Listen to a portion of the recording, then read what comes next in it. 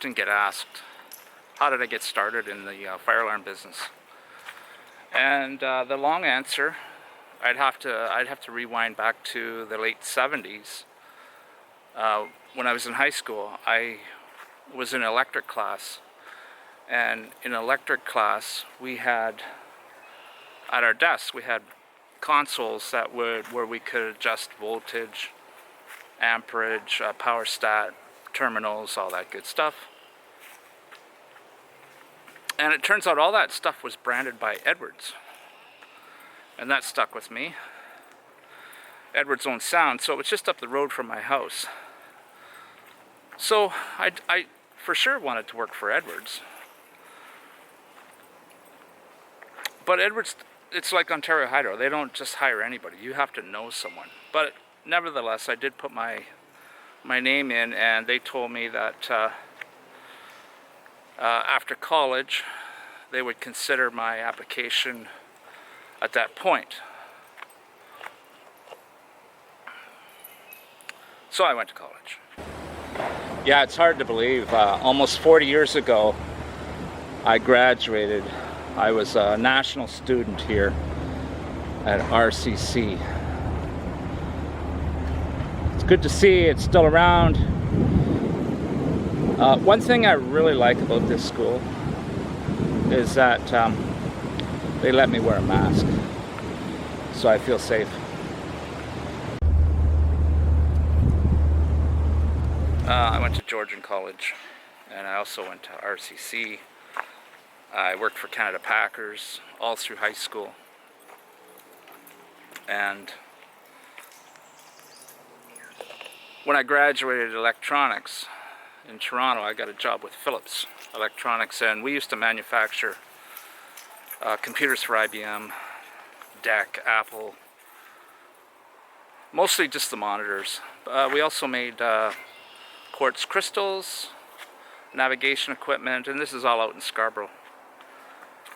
And after a couple years of that, I got tired. In the meantime, I had put my name into Edwards many times with no bites. But I got tired of living in Scarborough, and it was a lot of stress.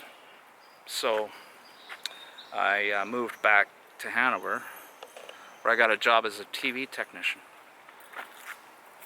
And I had a lot of experience, working at Philips, because Philips was really big into the monitors and the TVs.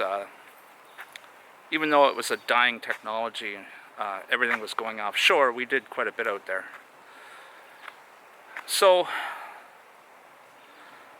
got a job as a TV technician for $5 an hour, which was a major cut in pay, but it got me out of the city, and it got me closer to Edwards.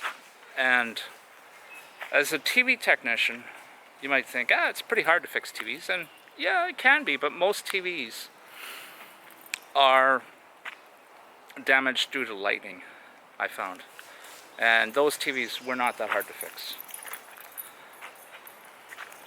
And then one day the phone rang. My mom picked it up. We didn't have cell phones back then. My mom picked up the phone, and it was Edwards asking me to come in for an interview. So that was November 1985, and they hired me on the spot, and my first day was November 11th, 1985. Probably the happiest day of my manufacturing career, because living in Owen Sound, I actually never lived in Owen Sound. I lived just outside Owen Sound. I lived just outside of Owen Sound. But life doesn't get much better. I mean, you're right on Georgian Bay. The best people I've ever worked with in my life is from manufacturing point of view. Best factory. We had the best toys. We had data analyzers. We had scopes. We had digital meters when nobody else had digital meters. We had a lot of really cool toys there. So it was a really fun place to work. So that's how I got started in the fire alarm industry, with Edwards Manufacturing. I used to manufacture 6500s and 8500s, and then ESA 2000s. A 6500 that they manufactured in 1981, 82, 83, 84, 85, right up till 91, I believe. My point is, the 6500s that we manufactured in the 70s and 80s are still in use today. They're still chugging along. Whereas I do not believe there's a single 8500. There might be. I just don't know of any. And an 8500 is just a 6500 with a processor, memory, integrated audio, network capabilities. The 8500 was a fire panel that was impossible to do an inspection on. Nearly impossible. They designed the 8500 to not be silenced, so you could never put it into a service mode where you could do it in an annual, monthly or an annual inspection, and the bells would ring. Well, the audio would ring. The signals would go. That's a whole nother story, and I'm going to get into that one. But that's how I got started in the fire alarm industry. And I would spend quite a few years with Edwards. And after manufacturing, they asked me to go into the field. They said, we need you to service these panels in the field, meaning you got to go to the hospital, you got to go to the jails, you got to go to the schools, you got to go, we'll give you a car, we give you a really good salary, and all that is true. What they don't tell you is they give you a lot of stress, and I know a lot of the techs had a lot of trouble handling the stress, and so that becomes alcoholism, domestic abuse. Yeah, stress is real, and we'll talk about that too. Now, a day in the life of a technician. Well, I've got a short clip here. This is what I did today. And so what I did today, I've been doing this almost 40 years, but what I did today, I would say 100% of the graduates coming out of schools these days could probably not do what I did today. Not that I did anything really special, but I would say, yeah, they don't teach you this in school. They just don't. So let's have a look. And there's some good scenery too, so that's kind of why. Although I didn't have my good lens. So if the quality might not be as good as this. Sorry, not a rooftop unit. Stairwell pressurization does not come on, and what I've done is I've forced it on. So I forced it on the fire panel, and it doesn't come on. So then I went right to the controller and forced it on, and it doesn't come on. And I've got nothing coming in. Nothing coming into this disconnect switch, which is the rooftop unit. Not the rooftop unit, the stair pressurization. So, as a fire alarm technician, it doesn't hurt if you know how, like, the 600 volts phase to phase. It'll be 347 to ground. So if you can pick up a good ground, you get the idea.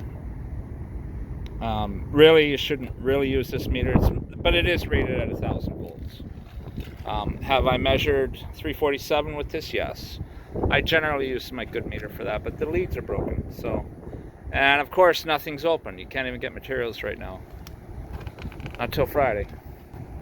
I'm not even getting my 347 to here, so I'm going to go back over and see what's wrong in the electrical room.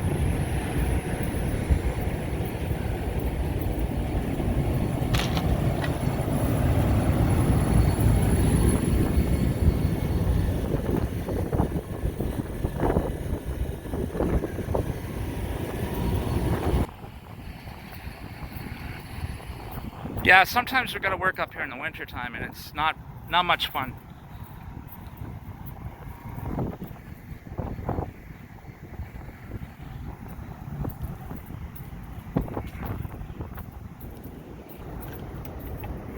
Lake Ontario.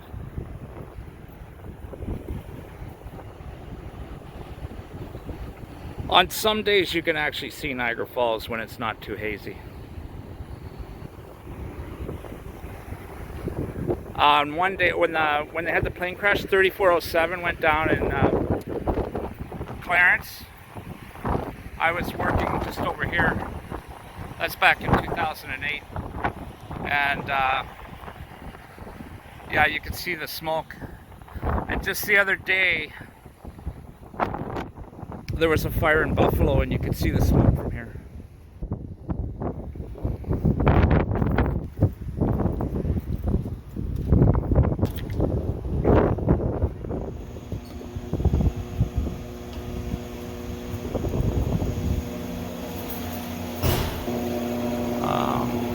This guy here.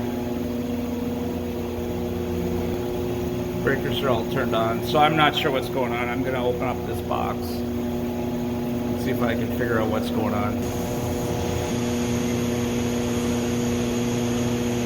Three-phase coming in. I've got my 347 on phase 1, phase 2,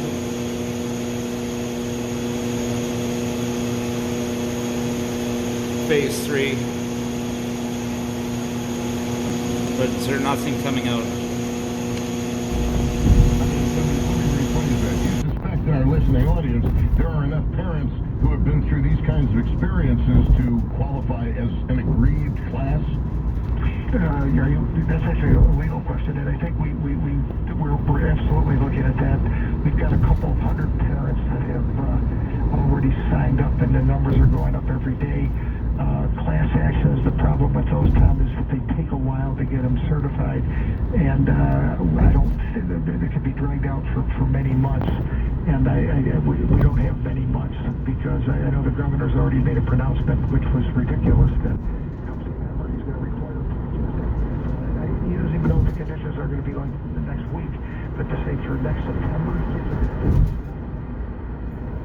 knows where this vaccination requirement's going to go. Hey, real quickly, somebody yesterday called in trying to make the argument that under New York civil rights law, separating vaccinated from unvaccinated people at places of public accommodations violated civil rights law.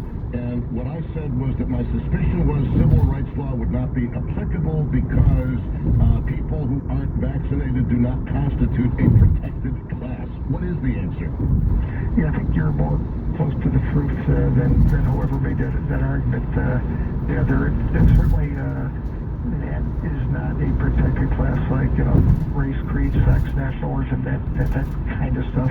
There's certain types of vaccinations that are required in New York State. New York State removed the religious exemption from it, and I don't know if that's where this COVID-19 vaccination is heading, where the legislature is going to add it to the statute, which is going to require, you can't require certain list of vaccinations, whether it's diphtheria, mumps, measles, those kind of shots are required. About 6 of them listed. Corey, It's one of the things I really like about Simplex, even this old 4100 enhanced from the 90s. It's giving me everything that I need to know. Everything.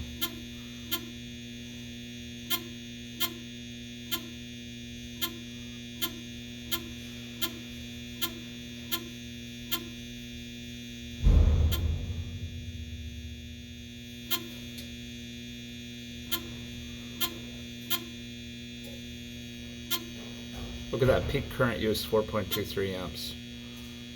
Low voltage reading 0.27.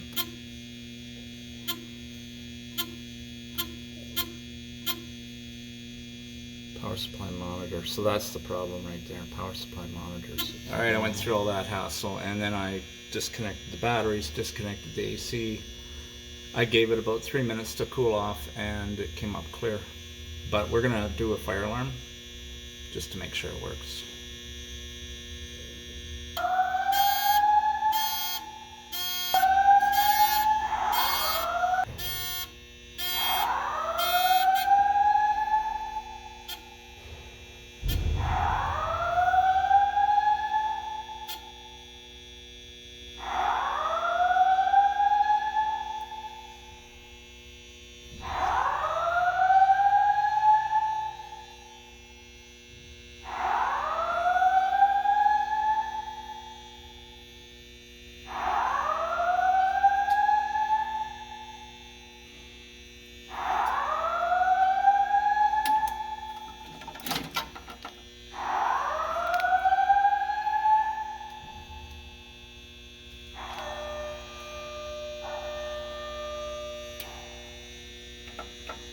We're testing the fire alarm. Please disregard. We are testing the fire alarm. Please disregard unless otherwise notified. Thank you.